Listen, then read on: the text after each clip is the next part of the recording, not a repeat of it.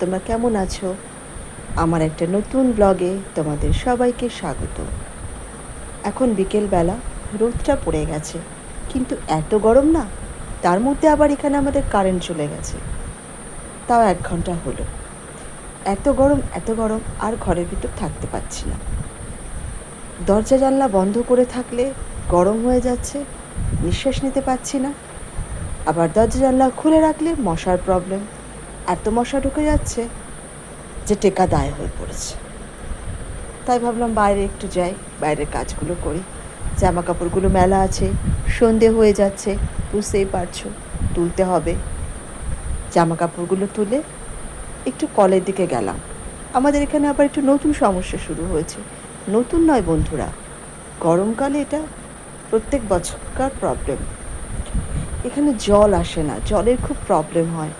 আসলে গরমকালে না জলের লেয়ারটা মাটির নিচে কমে যায়, একদম লেয়ার পাওয়া যায় না জলের। খুব সমস্যা জল নিয়ে হচ্ছে, জল আসছে না।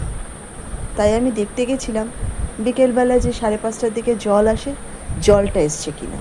না, জলটা তো আসেনি।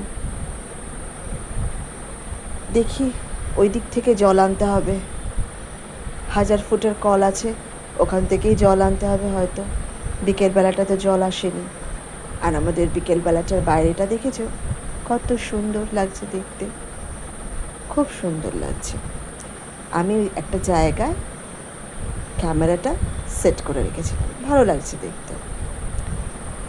আর জল আনতে হবে, কিন্তু জলটা এখন আনবো না, একটু সন্ধ্যের দিকে আনবো। 1000 ফুটের কল আছে একটা, রান্না করার জন্য জল আনবো। খাওয়ার জন্য বাইরে থেকে জল আনা হয়, এজন্য প্রবলেম হয় না।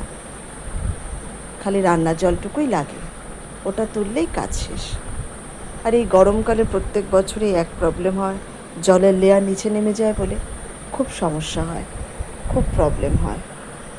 জল পাওয়া যায় না, সবারই কষ্ট এই সময়, এই গরমের মধ্যে। পুকুর টুকুর থাকলে একরকম, নইলে পরেই প্রবলেম। ক্যানিং এই প্রবলেমটা খুব ফেস করেছে, কিন্তু ওখানে পুকুর ছিল তো, কাছাকাছি সব রকম কাজ পুকুরে হয়ে যেত। কিছু করার নেই, কাজ শেষ, বাইরের কাজ শেষ। এবার ঘরে এসেছি, দেখলাম কারেন্ট চলে এসছে। যাক, একটু স্বস্তি হলো। কতক্ষণ পর কারেন্টটা এলো, বাপরে বাপ। এবার একটু হাঁপ ছেড়ে বাঁচবে। এত গরম লাগছে। কিন্তু যতই হোক, ঘরটা এত গরম, আমরা কিন্তু নিচের তলায় থাকি, কিন্তু তাতেও কোনো শান্তি নেই।